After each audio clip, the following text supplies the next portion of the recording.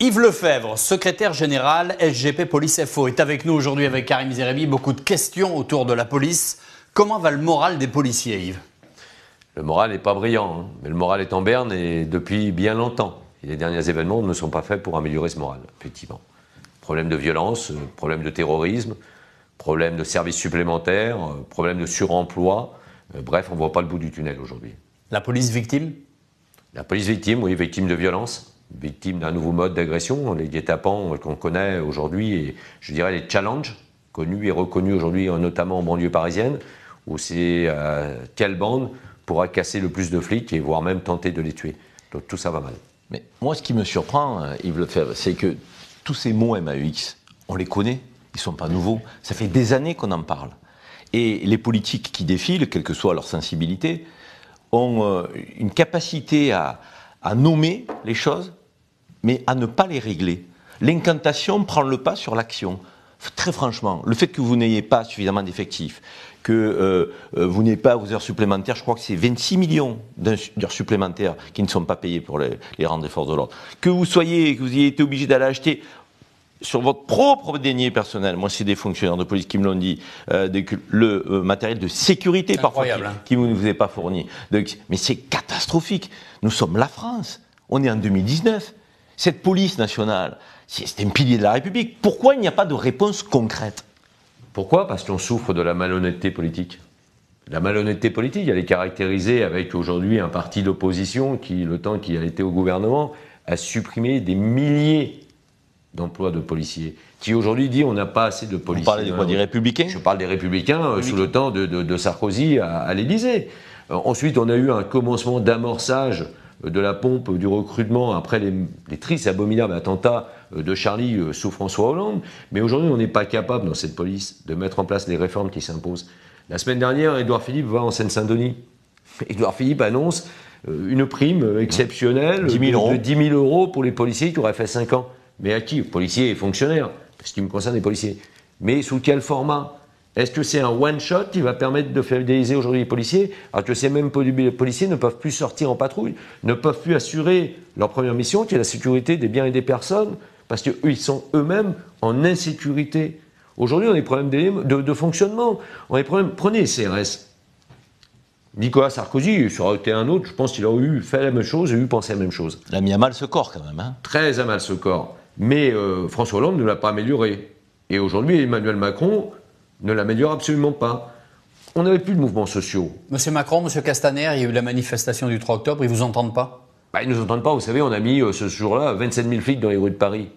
27 000 flics. Un score historique, c'est le vieux flic et le vieux syndicaliste qui parle. On n'avait jamais fait autant. Jamais. Ils vous entendent ou pas? Mais ils ne nous entendent pas, ils nous écoutent encore moins. Quel gouvernement, hormis celui actuellement en place, aurait pu voir 27 000 des flics descendre dans les rues de Paris en venant de la France entière et ne pas les recevoir le jour même? On n'a pas encore été reçus pour commencer à discuter des revendications communes aux commissaires, aux officiers, aux administratifs, aux techniques, aux scientifiques, aux gardiens de la paix. Ils ne nous ont pas reçus. Quand je dis à Christophe Castaner, mais bon Dieu de bois, pourquoi vous ne nous recevez pas? Mais vous ne m'avez pas demandé à être reçu. J'en ai connu les ministres de l'Intérieur. J'en ai connu les ministres de l'Intérieur. Vous lui dites comment ça? Tout simplement. De visu? De visu, bien sûr. J'ai dit, mais comment se fait-il qu'on ne soit pas reçu? Vous êtes le premier à ne pas nous recevoir après une manifestation. Et quand il vous dit ça, vous lui répondez quoi? Je réponds, mais jamais aucun de vos prédécesseurs n'aurait raisonné comme ça. Et Dieu sait si j'ai jamais été dans les papiers de Bernard Cazeneuve. Et Bernard Cazeneuve, à chaque fois qu'on a eu fait une manif de flics, et une manif qui était purement organisée par mon organisation syndicale, Bernard Cazeneuve donnait une suite quasi immédiate. On était reçus, sinon à Beauvau, on était reçus à Matignon. Là, pas de son, pas d'image. Vous en voulez aujourd'hui, Yves Lefebvre, aux politiques qui fait semblant d'écouter, d'entendre, qui utilisent parfois le sujet de la police nationale pour se refaire un peu la cerise. On sait très bien que les ministres de l'Intérieur se sont servis de ce ministère tel un marchepied pour être Premier ministre, voire candidat à la présidence et président de la République. On pense à Nicolas Sarkozy, on pense à Manuel Valls. Ils bombent le torse, donc des coups de menton. Et finalement, vous avez des bagnoles pourries. Votre système informatique, il date du siècle dernier. Donc vous n'avez pas le matériel, vous n'avez pas les moyens. Comment vous en voulez en réalité? Vous vous dites mais vous nous utilisez. J'en veux à tous les politiques. J'en veux à tous les politiques parce qu'effectivement on sert je dirais, d'alimentation du portefeuille politique de ceux qui passent par Beauvau. et qui, au demeurant, quand ils sont à Beauvau, ne nous apportent pas grand-chose. Soit qu'ils n'ont pas la capacité, je dirais le pouvoir suffisant pour faire parfois pour permettre de tordre le bras, que ce soit à Bercy, mais aussi à Matignon, voire même à Matignon, à l'Élysée. Et après derrière, ils nous oublient. Ou pire, ils se servent de nous pour tenter de déstabiliser un pouvoir en place. Et ça, c'est valable des deux côtés. C'est valable de tous les côtés. Ouais. Chez le syndicalisme, pas de politique, vous le savez, Karim. Bien sûr. Mais partant de là, c'est vrai, aujourd'hui, j'en veux à ce monde politique. J'en veux à ce monde politique qui n'est pas capable aujourd'hui. J'en veux à Édouard Philippe. Quand il parle des agresseurs de mes collègues le week-end dernier à Chanteloup-les-Vignes, parle d'imbéciles. Un Premier ministre n'a pas le droit de parler d'imbéciles. Il n'est pas à la hauteur, là, selon vous ? Il n'est pas à la hauteur. Ce sont des criminels. Dès lors qu'on tente de porter atteinte à l'intégrité physique des pompiers, qu'on porte atteinte à l'intégrité physique des flics, nous n'avons plus affaire à des imbéciles, nous avons affaire à des criminels ou ayant tenté de l'être. Quant à Mantes-la-Jolie, ce sont les mêmes bandes, c'est le fameux challenge des banlieues. On l'a entendu sur toutes les vidéos, sur les réseaux sociaux. Tuez-les, tuez-les. On tente d'oublier aujourd'hui qu'on a aux assises d'Evry, on a le procès aujourd'hui, en cour d'assises, de ce qui s'était passé à Grigny, à Viry-Châtillon, en octobre 2016, où on a tenté de brûler, on a même brûlé, mais on a tenté de tuer, par moyen de feu, des flics. C'est ça le problème aujourd'hui. Il y a deux choses, on veut tuer des flics, et puis derrière, il y a ces procédures qui sont si longues. On est 3 ans après.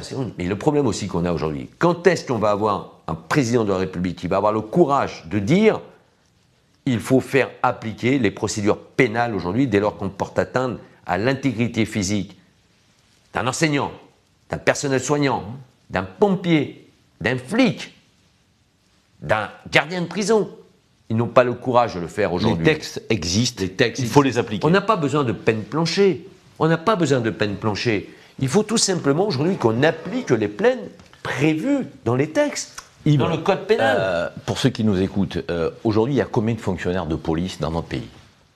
Aujourd'hui, on a 104 000 gradés gardiens de la paix, on a 9 000 officiers de police. Combien il en faudrait, très concrètement ? Très concrètement, aujourd'hui, on risque de manquer de commissaires, très vite, dans la réorganisation territoriale de la police nationale telle que nous, on veut qu'elle soit faite. Des officiers, aujourd'hui, on n'en manque pas. Au demeurant, le corps devrait être déflaté, on devrait être aujourd'hui à 8 000, on est à peu plus de 9 000. Donc le corps encadrant, ça va ? Le corps encadrant, ça va, dirais-je. Mais le corps des gradés gardiens de la paix, aujourd'hui, si on veut travailler efficacement, si on veut éviter qu'on accumule tous les ans, au fur et à mesure des années, et aujourd'hui 25 à 27 millions d'heures supplémentaires, on va du moins de services supplémentaires. Payé comme il faut ? Absolument pas payé comme il faut, non, absolument pas payé comme il faut. Aujourd'hui, il nous faudrait, au bas mot, 110 000 gradés gardiens de la paix pour assurer une sécurité. Il manque quoi ? 7-8 000 Aujourd'hui, il nous manque 7 000 gardiens de la paix, soyons clairs. Et on n'est pas capable, aujourd'hui, de statuer au sein du gouvernement sur 7-8 000 effectifs supplémentaires. On parlait du paiement des heures supplémentaires, des services supplémentaires dans la police nationale. Pour pouvoir permettre de débloquer 50 millions d'euros pour les paiements des salaires au mois de décembre, le gouvernement a fait de la cavalerie. La cavalerie, c'est aller chercher des budgets non épuisés dans d'autres ministères pour approvisionner le budget du ministère de l'Intérieur. L'année prochaine, on nous inscrit sur le plan de loi de finances 2020, on nous inscrit 24 à 26 millions d'alimentation budgétaire pour payer le flux de ces services supplémentaires. Et aujourd'hui, on n'est pas dupes. Ils vont retirer de l'argent d'un côté pour le mettre de l'autre aujourd'hui. On nous répond aujourd'hui, il y a la dette. Il y a la dette. Mais qu'est-ce qu'on veut ? Est-ce qu'on veut brocarder ? C'est ce qu'on fait d'ailleurs au demeurant. Ce que fait l'actuel gouvernement, ce qu'a fait son prédécesseur, et combien d'autres avant lui.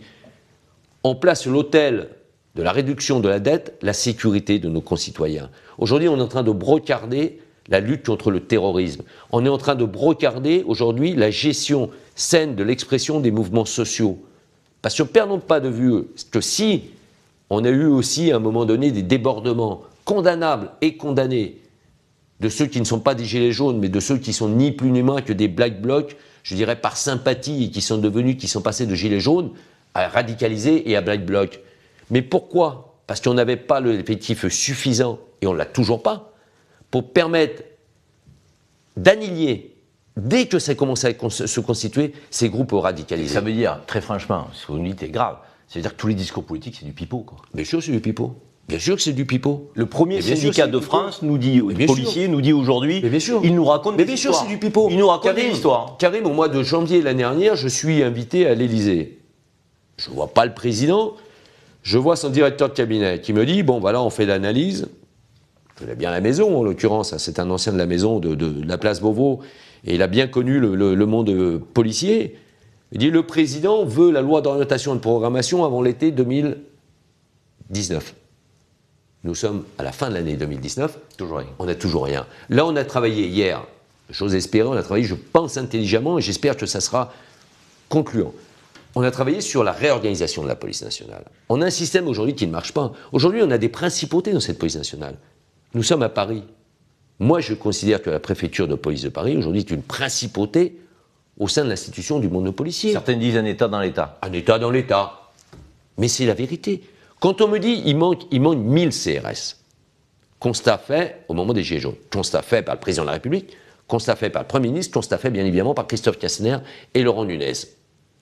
1000. Il faut qu'il y ait 1000 flics. Réponse, première réponse, fin du printemps, début de l'été, on nous en affecte 90. Il m'en manque encore 910.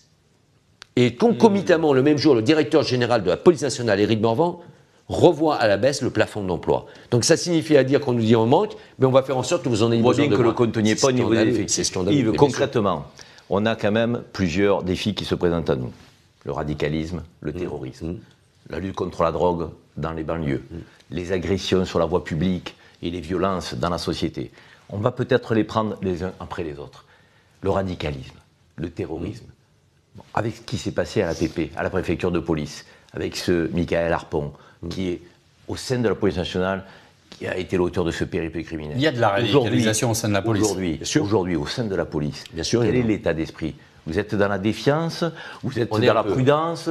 Comment vous êtes organisé? Ces signalements que le préfet de police, auquel il a appelé, c'est sérieux, c'est fondé? Non, c'est pas sérieux, c'est amateur. C'est amateur. C'est amateur. Pourquoi le préfet de police sort cette note?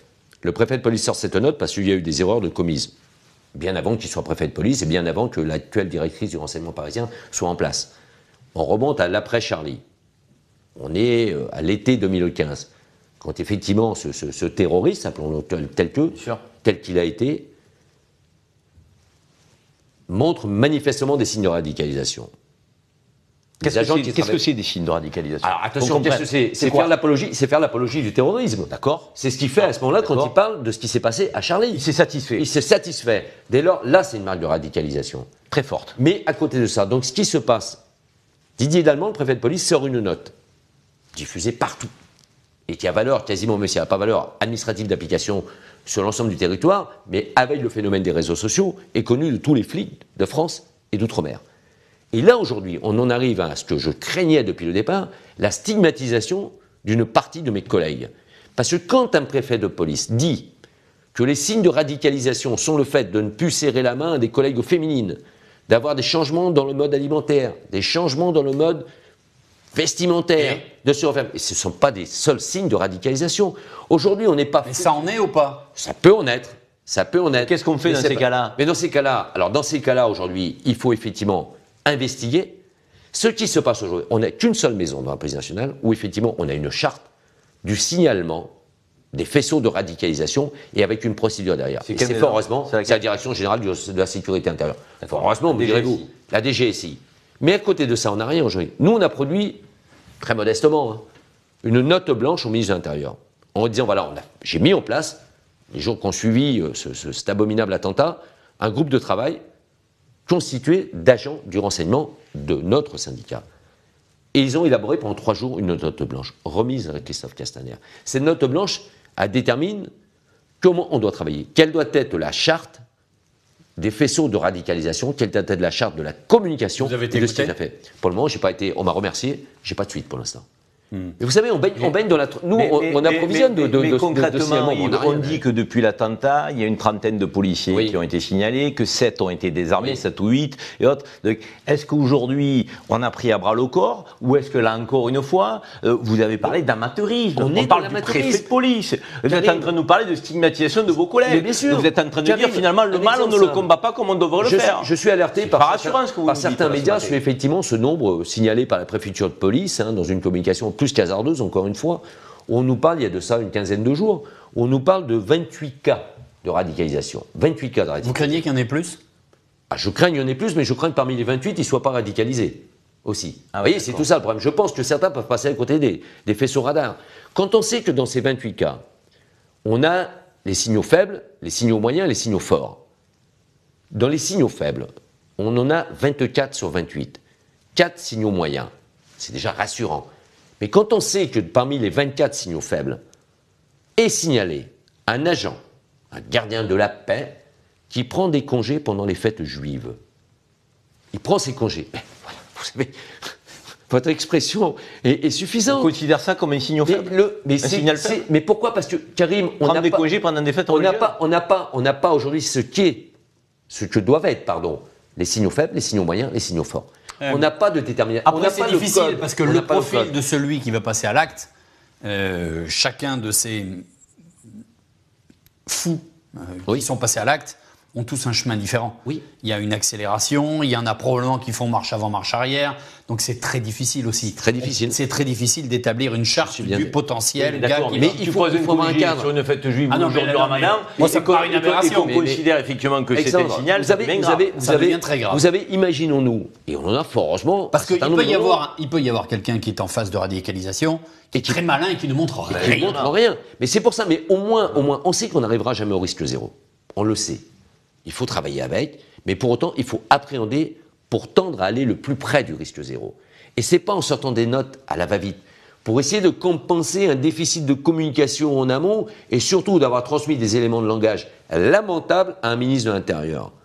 Parce que quand Christophe Castaner prend la parole après le drame de la PP ou de la direction du renseignement de la préfecture de police de Paris, quand il dit c'était favorablement connu, c'était un bon élément, il n'y avait rien qui pensait. Bon état de service. Mais moi, quand j'apprends ça, quand j'entends ça, quand je sais, à nos réseaux, quand je sais qu'il y a eu des éléments contraires à ça, qu'en 2015, il avait fait l'objet d'un signalement, que ce garçon se refermait sur lui, que ce garçon, au-delà du fait, parce que la conversion à l'islam est quelque chose de tout à fait respectable, mais démontrait véritablement des signes, je dirais, de rigorisme dans l'exercice de sa d'isolement. Alors, d'isolement. Prenons ce cas précis. Qu'est-ce qui, dans le process, a empêché de signaler et de dire oh, attention. 2015, apologie du terrorisme. Pourquoi on ne réagit pas? Aucune charte. À l'époque, les deux agents, les deux policiers, le signalent à leur supérieur hiérarchique, qui lui prend note, effectivement, laisse passer quelques temps.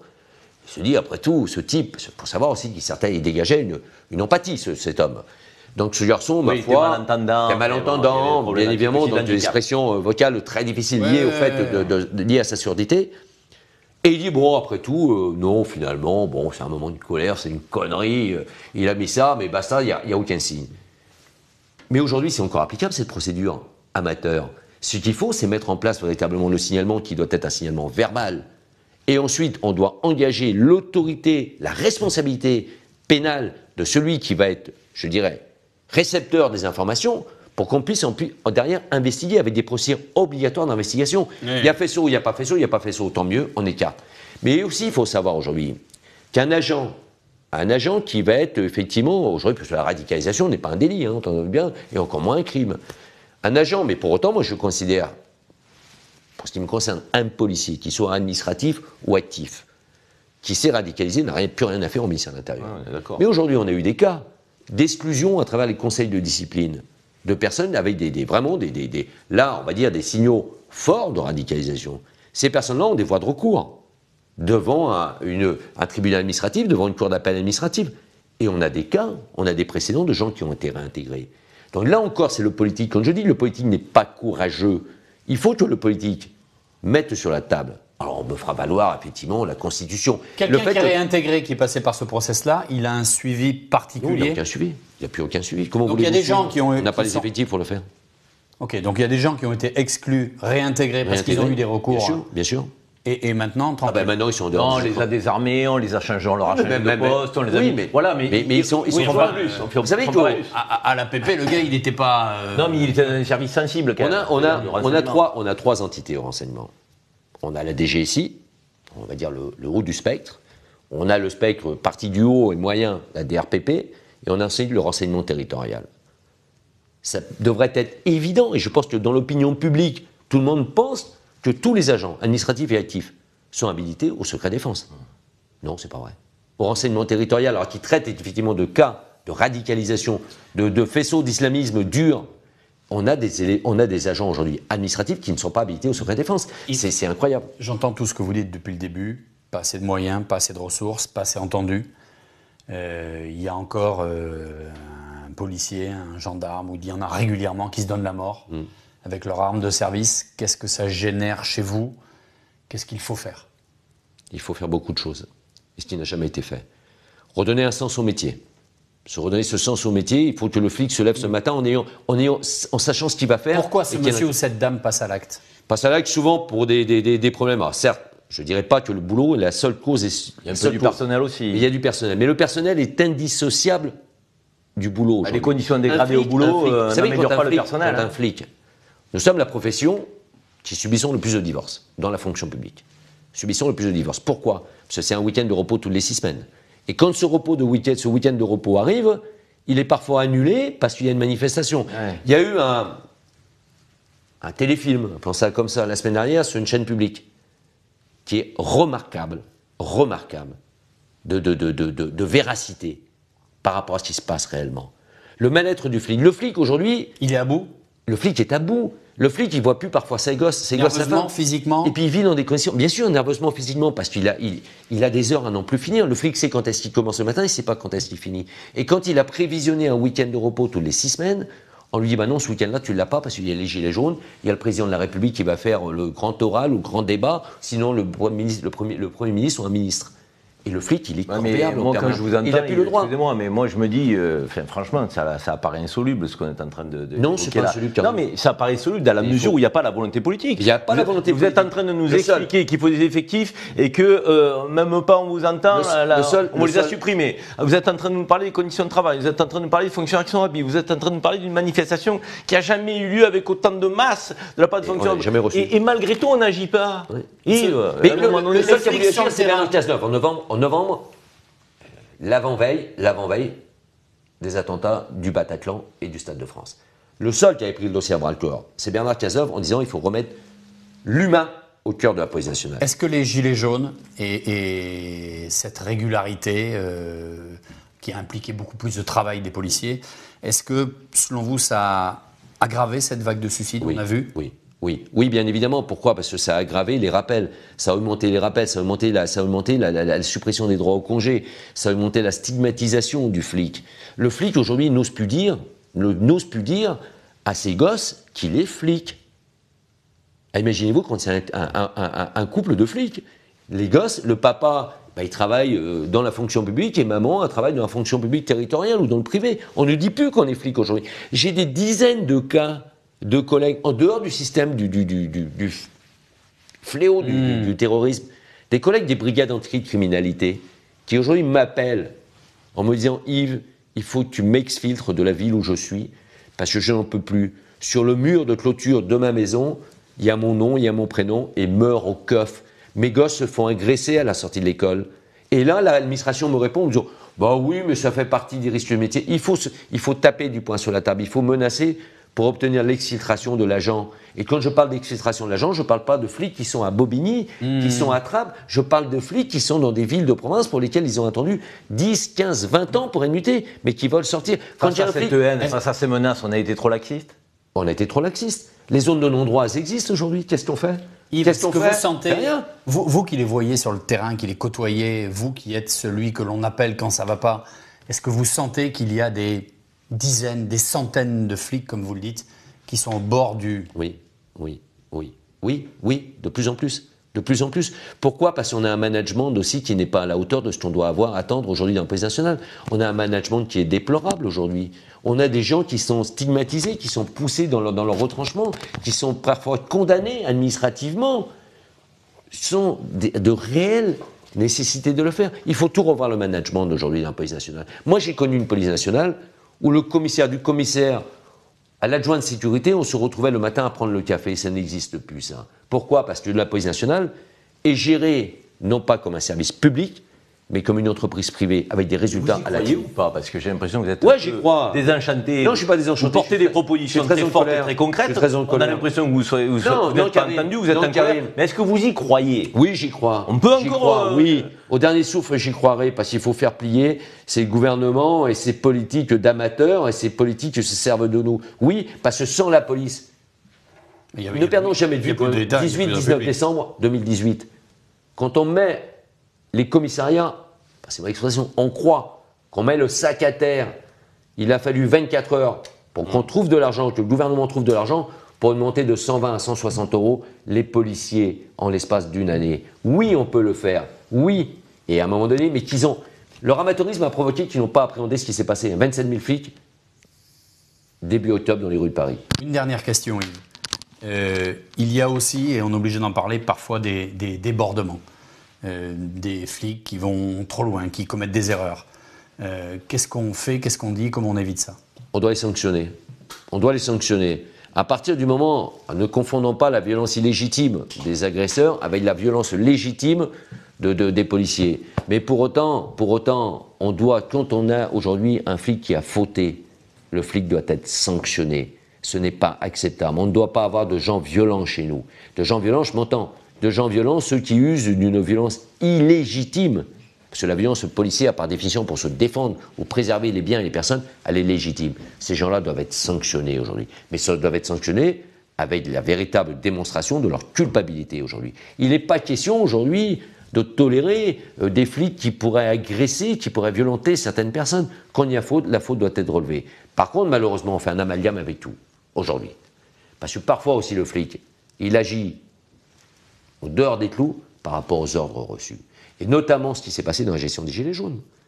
On a créé d'un seul coup des détachements d'action rapide, les fameuses DAR. Après, on les a transformés en braves brigades rapides d'intervention, que sais-je encore.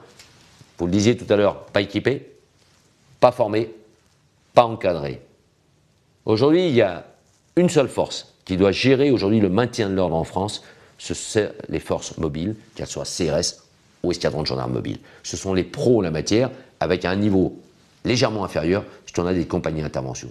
Sauf qu'aujourd'hui, comme on est considéré, on veut faire une gestion, dans la traduction pour le politique ou le technocrate, d'une bonne gestion d'un maintien de l'ordre, c'est le nombre d'interpellations. C'est pas ça la gestion d'un maintien de l'ordre. La bonne gestion d'un maintien de l'ordre, c'est de permettre aux gens qui veulent s'exprimer légitimement dans la rue, de pouvoir partir d'un point A, arriver à un point Z, en pouvant manifester, s'exprimer de façon républicaine, démocratique, sans être ni agressés et sans agresser eux-mêmes. C'est ça la règle d'un bon maintien de l'ordre. Sauf qu'on a tout mélangé. On s'est réveillé sur les phénomènes des Gilets jaunes après que nous ayons menacé, nous, syndicats de police. Pourquoi? Parce qu'on a eu des épisodes. Donc vous n'êtes pas surpris finalement? Je ne suis pas surpris. L'appréhension des Gilets jaunes a été abominable dans la gestion policière. Il faut quand même savoir que quand je rencontre Christophe Castaner ou Laurent Nunez, quand je parle de certaines choses, je crois à la sincérité de ces deux hommes. Je ne partage pas beaucoup de choses sur leur gestion de Beauvau, mais dans la sincérité. Quand je démontre encore cette semaine à Laurent Nunez qu'il se passe ça, à l'échelon inférieur du sien, il découvre ce qui se passe. Et c'est ça le problème aujourd'hui. Vous savez, dans ce ministère de l'Intérieur, on n'a jamais été foutu d'avoir une transmission. Si on l'a été. On l'a été quand effectivement on avait Nicolas Sarkozy en place. Voilà, on l'a été parce qu'il n'avait que des hommes à lui. Mais quand on a la gauche qui est arrivée au pouvoir en 2012, la gauche était à Beauvau, et tous les technocrates en dessous attendaient qu'une chose, c'est que la gauche se casse la gueule pour repartir avec Nicolas Sarkozy. Et aujourd'hui, bien évidemment, on sait, c'est le phénomène de la République en marche, le phénomène de la Macronie. Il n'y a pas les structures intermédiaires pour le faire, le maillage pour le faire. Et c'est de ça qu'on pêche aujourd'hui. C'est pas normal, il y a trop de choses. On est véritablement dans l'amateurisme aujourd'hui. Et c'est ça qui est dommageable, bien évidemment pour les policiers, mais qui plus est pour la sécurité de nos personnes, nos concitoyens. Merci beaucoup. Merci à vous. Retrouvez toute notre actualité sur videopolice.com, la chaîne YouTube d'Unité SGP Police.